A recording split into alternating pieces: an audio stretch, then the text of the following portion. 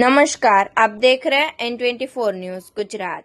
सूरत शहर के पूना विस्तार में रहने वाले और 5वीं कक्षा में पढ़ने वाले किराने के व्यापारी के 11 साल के बेटे को उसी विस्तार में रहने वाली उसकी ट्यूशन कम स्कूल शिक्षिका 25 अप्रैल को दोपहर में भगा ले गई थी।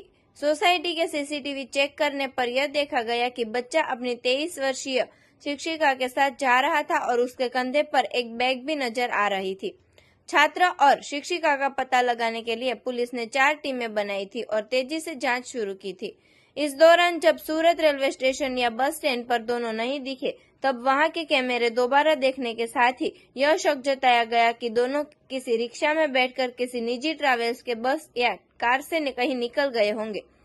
इसीलिए निजी ट्रैवल्स में भी पुलिस ने जांच शुरू की। इसके अलावा किसी परिचित ने मदद की हो, इस दिशा में भी जांच शुरू की गई। इसी बीच आज सुबह पुणे पुलिस की टीम विद्यार्थी और शिक्षिका तक पहुंच गई। दोनों को सूरत लाया जा रहा है।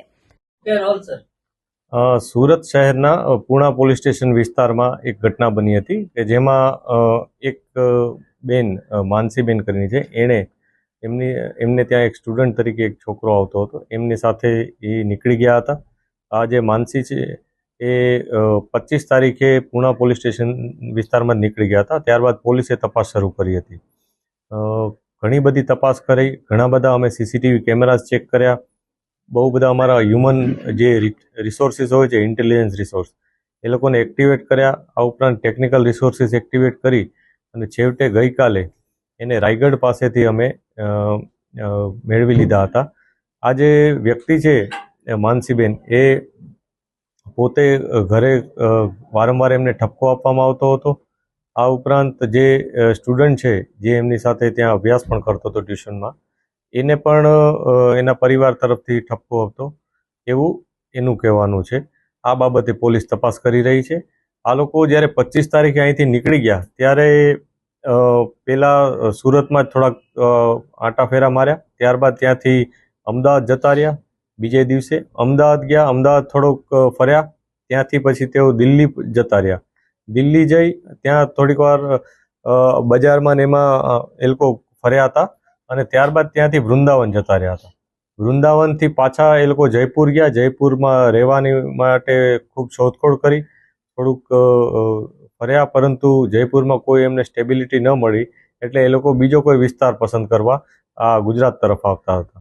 આ બાબતને જ્યારે ઇન્ફોર્મેશન પોલીસને મળી તો પોલીસની ટીમ તરત જ અહીંથી નીકળી ગઈ હતી અને તત્કાલ આ લોકોને રસ્તામાં જ આંતરી અને એમને પકડી પાડ્યા હતા। પકડી અને જે બેસિક પૂછપરછ અમે કરી છે, જે માહિતી અત્યારે પોલીસ પાસે છે, એમાં એવું છે કે બંનેને ઘરેથી કંઈ ને કંઈ ઠપકો હતો એ પ્રકારનું એ લોકોએ નિવેદન આપેલ છે। આ બધી વસ્તુ અમે તપાસ કરી રહ્યા છીએ કે ઘરેથી એમને કોઈ પ્રોબ્લેમ હતો કે બીજું કોઈ કારણ હતું। આ બધી બાબતની તપાસ અત્યારે ચાલી રહેલ છે।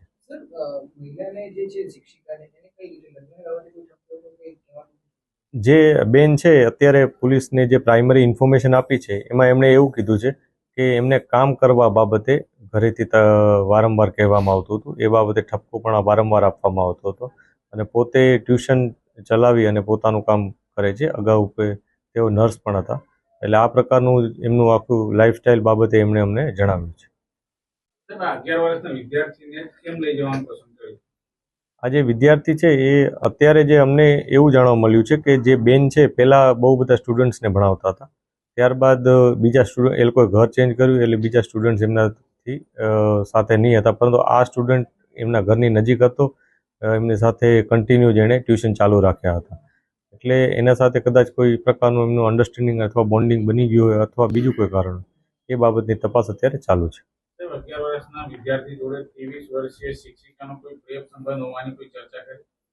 આવી કોઈ ઇન્ફોર્મેશન હજી સુધી પોલીસને મળી નથી, પરંતુ અમે તમામ દિશાઓ ઓપન રાખી અને ઇન્વેસ્ટિગેશન કરી રહ્યા છીએ। કોઈ એક એંગલ કે કોઈ એક વેથી ઇન્વેસ્ટિગેશન ચાલુ નથી।